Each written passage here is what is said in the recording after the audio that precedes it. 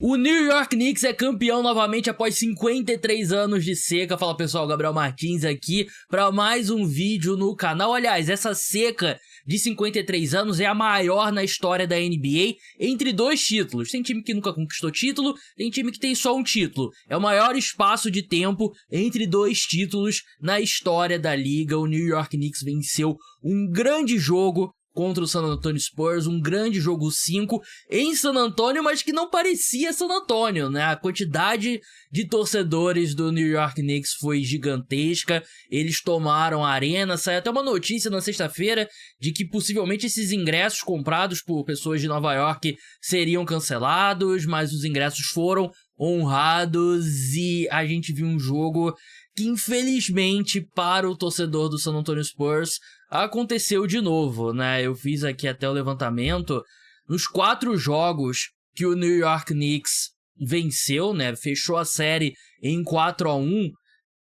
Os Spurs lideraram no jogo 1 por 14 pontos, lideraram no jogo 2 por 12 pontos, lideraram no jogo 4 por 29. Claro, o jogo 3 foi o jogo que o San Antonio Spurs venceu. E lideraram o jogo 5 por 16 pontos. Então, em todos os jogos que o San Antonio Spurs liderou, que o San Antonio Spurs perdeu, que o New York Knicks venceu, o San Antonio Spurs liderou por dígitos duplos, né? E é um colapso, não tem outro jeito de dizer, tem motivos que a gente vai falar sobre nesse vídeo aqui, lembrando que nesse domingo às 21 horas vai ter live do podcast Cara dos Esportes aqui no canal, falando mais sobre o jogo, com um convidado, debatendo sobre tudo, mas vamos entrar no jogo, que tem muita coisa pra gente falar. Depois tem alguns pontos aqui que eu separei pra gente conversar também. O San Antonio Spurs entrou muito bem defensivamente no jogo. O primeiro quarto foi 23-13, 13 pontos apenas do New York Knicks. A equipe entrou de forma muito dominante defensivamente. O Wembanyama, os jogadores dos Knicks bem agressivos atacando o Victor Wembanyama, depois de, no jogo 4, tiveram números avançados que mostraram que os Knicks tiveram muito sucesso atacando a cesta, não tendo medo do Victor Wembanyama, né? Pontuando quando ele era o defensor primário e tudo mais. E os Knicks entraram nessa vibe de novo, só que aí começa com o Wembanyama, 3 tocos logo no começo. Ele terminou com 5 tocos, se eu não me engano foram todos no primeiro tempo, inclusive.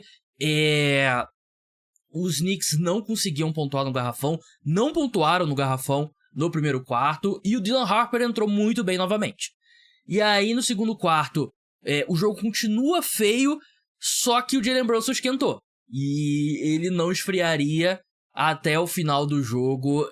Mais uma atuação absurda do Jalen Brunson. Ele terminou com 45 pontos em 14 de 27 arremessos, 3 rebotes, 3 assistências, 2 roubos de bola, 3 turnovers. Tem mais pra falar sobre o Jalen Brunson no final aqui do programa. Ele que foi eleito o MVP das finais da NBA. Alerta de spoiler, justo, muito justo. Dei 2 MVPs pro Jalen Brunson, o tamanho que ele merece.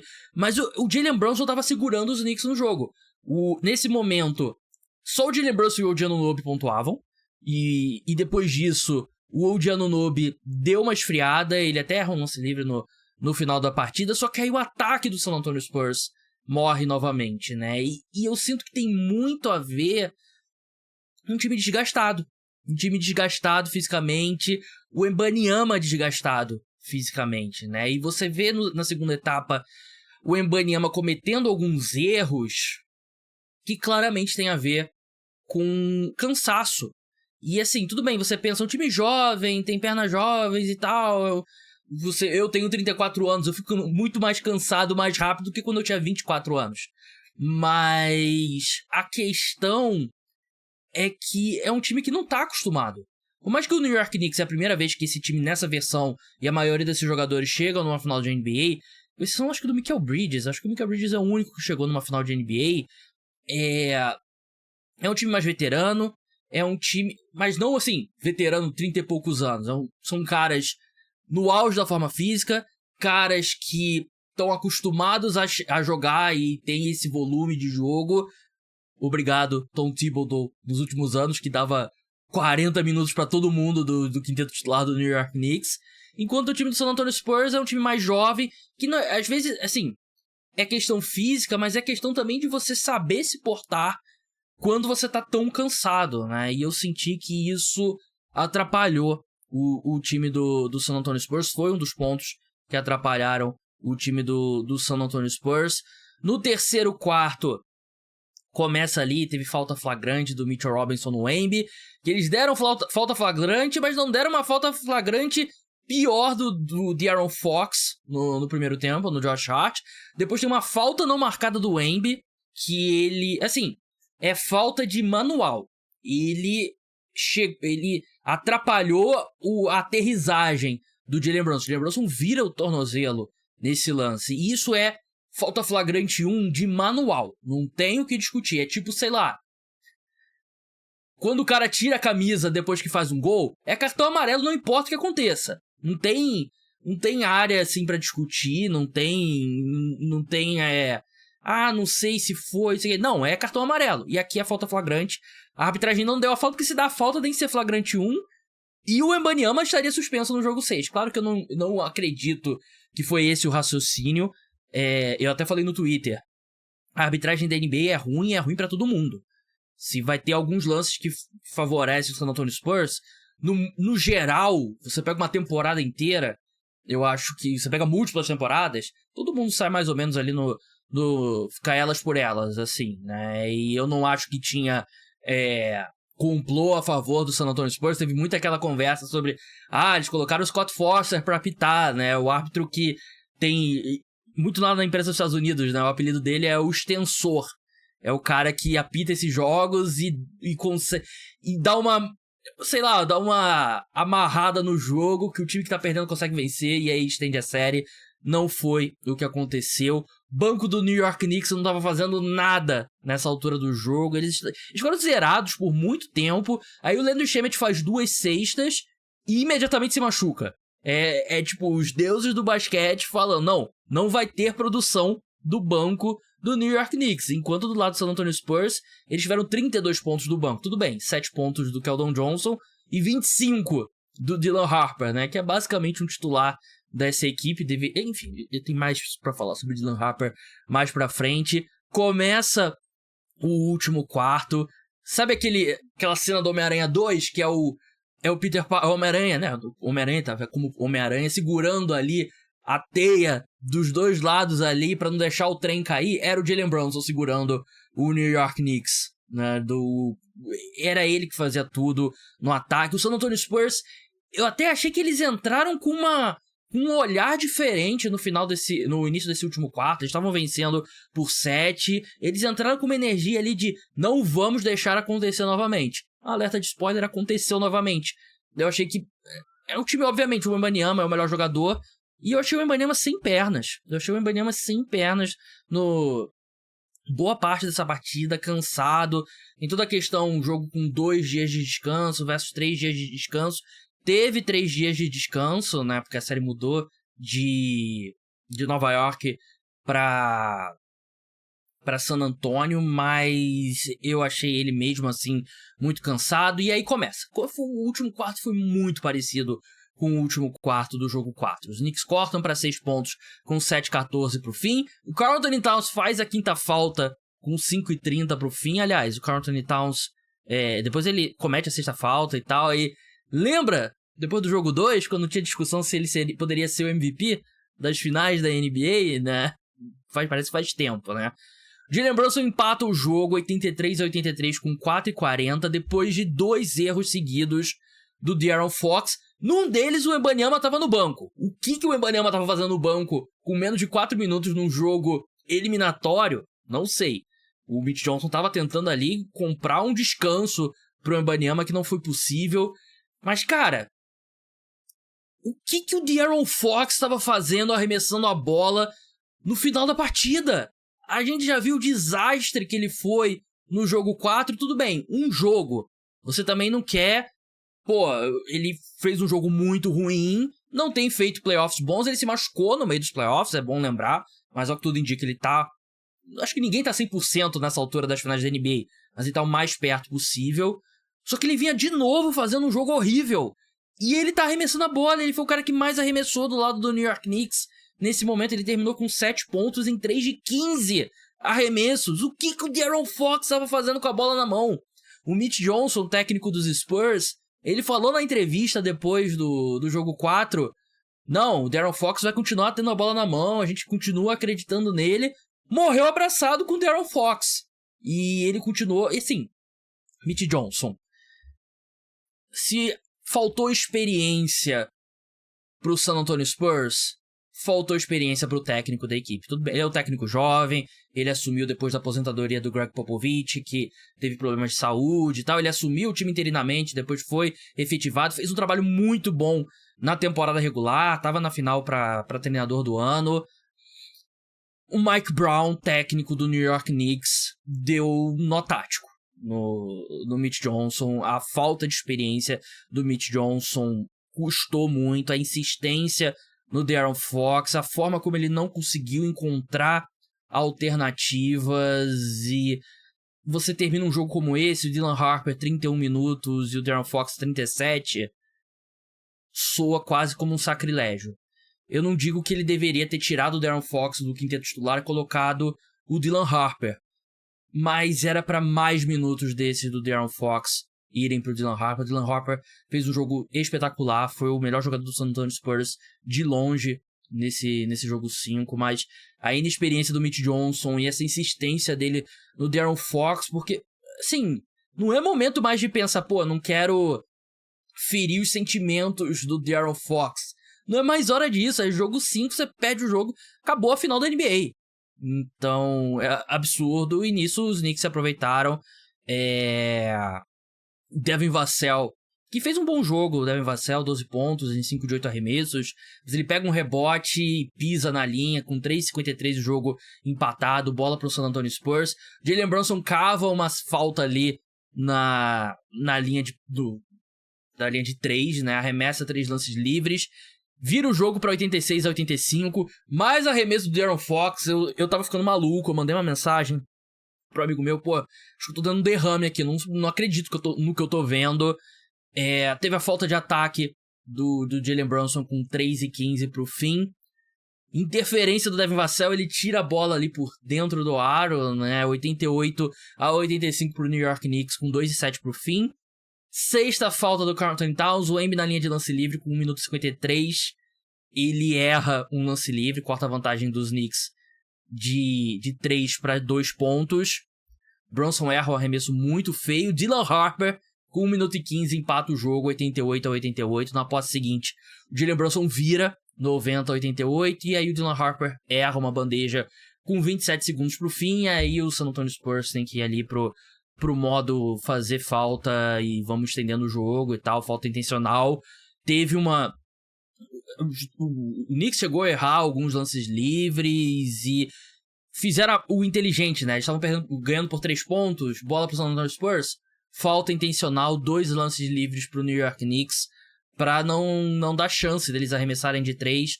No fim, o OG Anunoby, ele vai pra linha de lance livre ali com 7.7, tem um rebote gigantesco, o Mitchell Robinson pega no fim. O San Antonio Spurs acaba derrotado, o New York Knicks vence 94-90. Eu anotei alguns pontos aqui pra gente falar. Obviamente, o título do New York Knicks começa pelo Jalen Brunson. Aqui no podcast, a gente discute muito com os convidados que eu recebo sobre, esse jogador X é bom o suficiente pra ser o melhor jogador num time campeão? Não, esse cara aqui eu acho que ele é o segundo melhor jogador num time campeão. Esse cara aqui eu acho que é um terceiro melhor jogador num time campeão. E o Jalen Brunson, ele mostra por que a gente gasta tanto tempo discutindo isso, porque ele mostrou, sem sombra de dúvida, que ele é o cara pra ser o melhor jogador num time campeão.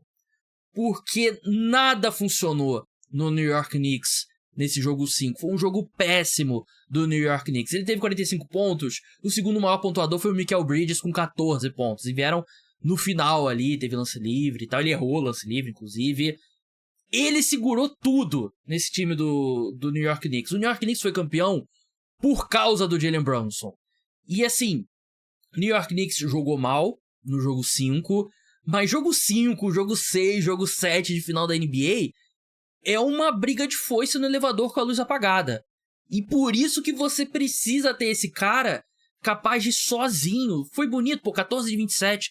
Não é um grande aproveitamento que ele teve em arremessos, foi um bom aproveitamento, ainda mais excepcional se tratando de um jogo 5 de final da NBA, mas por isso que a gente discute se esses caras são bons o suficiente para ser o melhor jogador, para carregar um time numa situação como o Jalen Brunson mostrou definitivamente. Sim, ninguém tinha dúvida que o Jalen Brunson era esse cara, mas hoje ele mostra que tava todo mundo certo, porque os Knicks não vencem esse jogo sem o Jalen Brunson. E eu não digo assim, você tira o Jalen Brunson pura e simplesmente. Você tira o Jalen Brunson e aí você começa a descer o ranking dos jogadores da NBA.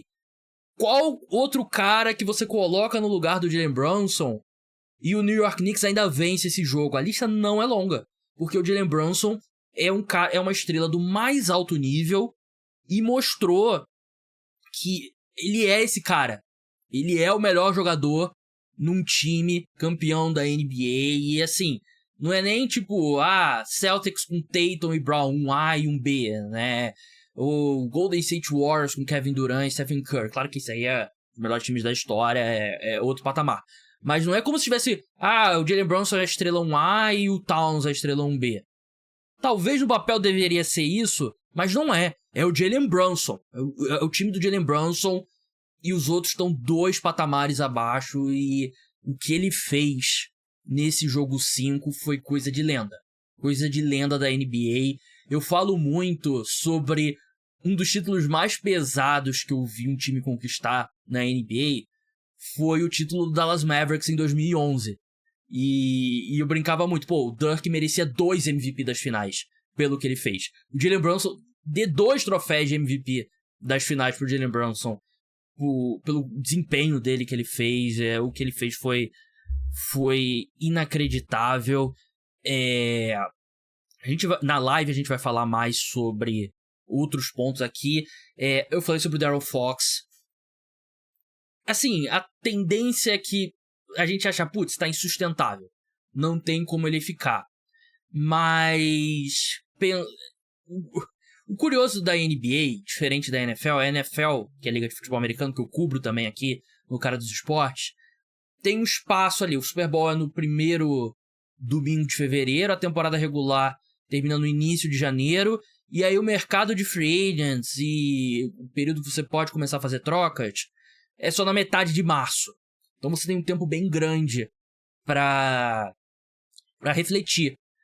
Na NBA não. Na NBA a gente tá aqui dia 14 de junho. Que dia que é o draft?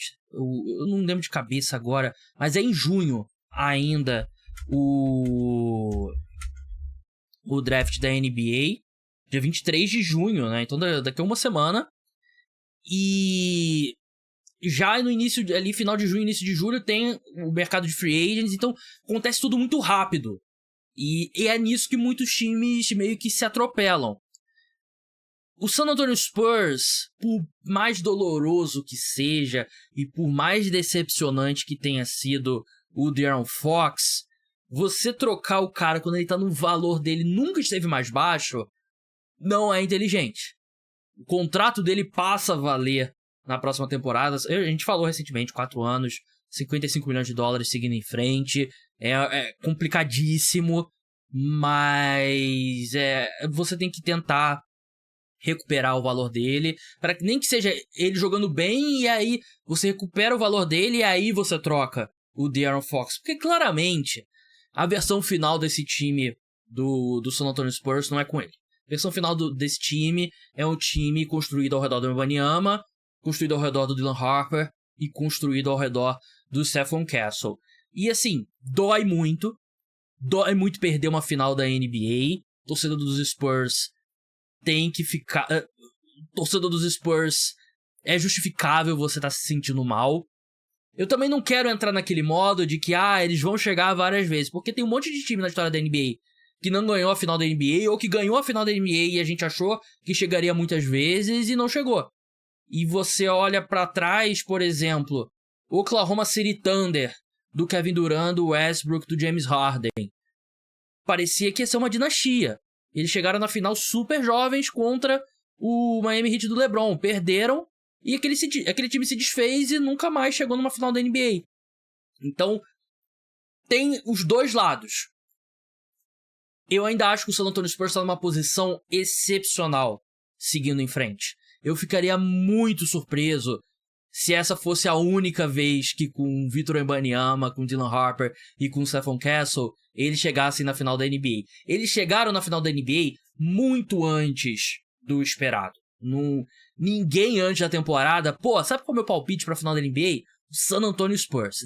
Ninguém teve esse palpite. Claro que você continua construindo, você continua encontrando formas de melhorar esse elenco. Lidar com esse contrato do De'Aaron Fox vai ser um problema, porque você tem uma vantagem de ter 3 jogadores excepcionais em contrato de calouro, mas você tá pagando um cara que nos playoffs, um salário máximo, mas não tá performando como isso.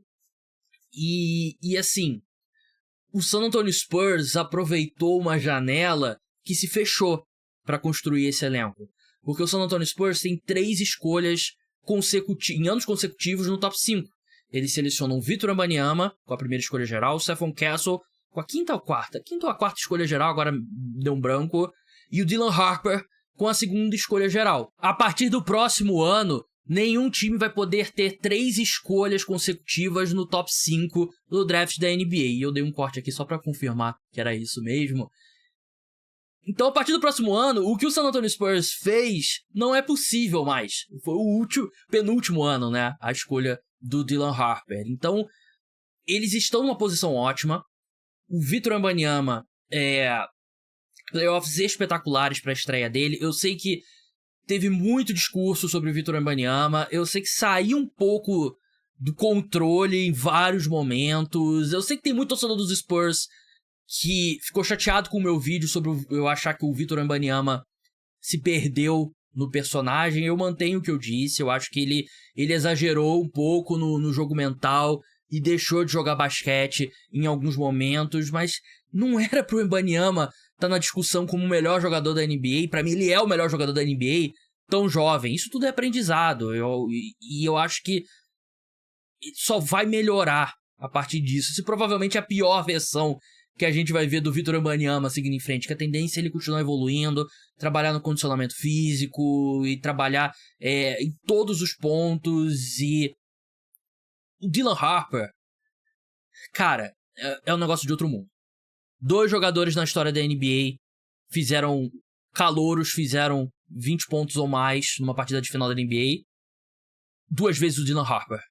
É um negócio de outro mundo. O teto que ele mostra é de, cara, primeiro time ao NBA. Eu acho que eu apostaria, se fosse um over-under MVPs do Dylan Harper em 0,5, eu provavelmente apostaria no under, porque eu imagino que ele vai jogar a carreira inteira com o Victor Wembanyama, e aí eu acho que é difícil ele vencer, porque sempre o Wembanyama vai ser o melhor jogador. Claro que pode ter um ano, tipo que o Celtics tiveram agora, que o Jaylen Brown foi um cara e tava na disputa pelo MVP. Mas ele é um cara de múltiplos times, primeiro time ao NBA, que é a seleção ideal da temporada. É um negócio de outro mundo. É um negócio de outro mundo que o Dylan Harper. Não é possível, não é imaginável que um calouro vai jogar tão bem numa final da NBA quanto ele fez. Ele foi o melhor jogador do San Antonio Spurs nesse jogo 5. E acho que é um grande erro do Mitch Johnson não ter dado mais minutos pro Dylan Harper. De novo, eu falei isso e repito. Eu entendo você não querer fazer aquela mudança no papel de, não, o De'Aaron Fox vai pro banco agora. Você meio que mata a confiança do De'Aaron Fox e você ainda precisa dele, né? Mas era aquele caso de, De'Aaron Fox continua como titular. Primeiro timeout, vem Dylan Harper. Dylan Harper, você vai jogar 38 minutos hoje. O De'Aaron Fox vai jogar 28. O De'Aaron Fox vai ficar chateado? Paciência. É hora de ganhar um título da NBA, ganhar ou perder. E não é hora de pensar em sentimento. Espetacular. Não tem palavras pra descrever o Dylan Harper, não tem palavras pra descrever o Wembanyama. O Stephen Castle teve finais mais difíceis do que o resto dos playoffs dele. Ele voltou a cometer algumas faltas mas potencial dele, assim, a gente tá falando sobre, o cara tem potencial pra ser o melhor jogador num time campeão, segundo melhor, terceiro melhor. Eu acho que o Stephon Castle, claro, tem uma hierarquia clara aqui. O Wembanyama número 1, Dylan Harper número 2 e o Stephon Castle número 3. Acho que é uma hierarquia claríssima. E você tem o Carter Bryant, que jogou pouco nas finais, mas eu acho que é um cara que tem um potencial ali pra ser bem o que a equipe precisa, aquele ala grande, que é o que falta nesse time, porque o Harrison Barnes completamente washed. Keldon Johnson foi uma decepção nos playoffs, acho que como um todo, mas nessas finais, com certeza. O Devin Vassell é jovem ainda, então é outro cara que é um excelente ala, e eu acho que é um cara que vai ser muito importante pro San Antonio Spurs seguir em frente. Ele tem 25 anos, vai fazer 26 ainda em agosto, mas, assim, eu não quero falar, não, com certeza eles vão chegar aqui novamente, porque a história eu estaria mentindo pra você se eu te falo isso. Com certeza eles vão chegar, porque a história da NBA te diz que não tem certeza, mas eu acho que é um time que tá numa posição excepcional pra continuar sendo um dos melhores da NBA nos próximos anos. Eu acho que você tem as duas melhores situações, os dois melhores times ali, em termos de montagem pra continuar competitivos nos próximos anos, são os dois do Oeste, o Oklahoma City Thunder e o San Antonio Spurs. Pessoal, nesse domingo, às 21 horas, vai ter live do podcast Cara dos Esportes aqui no canal. A gente vai falar mais sobre o jogo, vou receber um convidado. Vou falar a verdade. Eu tinha meio que deixado combinado com o Gustavo do NBA da DD do Camisa 23 e tal. Obviamente, a gente não bateu o martelo ainda, então não sei como é que vai estar a agenda dele. Não sei se ele vai estar sóbrio depois desse título dos Knicks. Se o Gustavo não puder, durante a semana eu vou receber ele no podcast pra ele falar sobre o título do time dele, do New York Knicks. Eu vou receber outro convidado, então. Mas esse é o plano hoje, né? Você provavelmente tá assistindo no domingo. Esse domingo, às 9 horas da noite, live, então não percam. Um grande abraço a todos. Parabéns ao torcedor do New York Knicks. Tchau.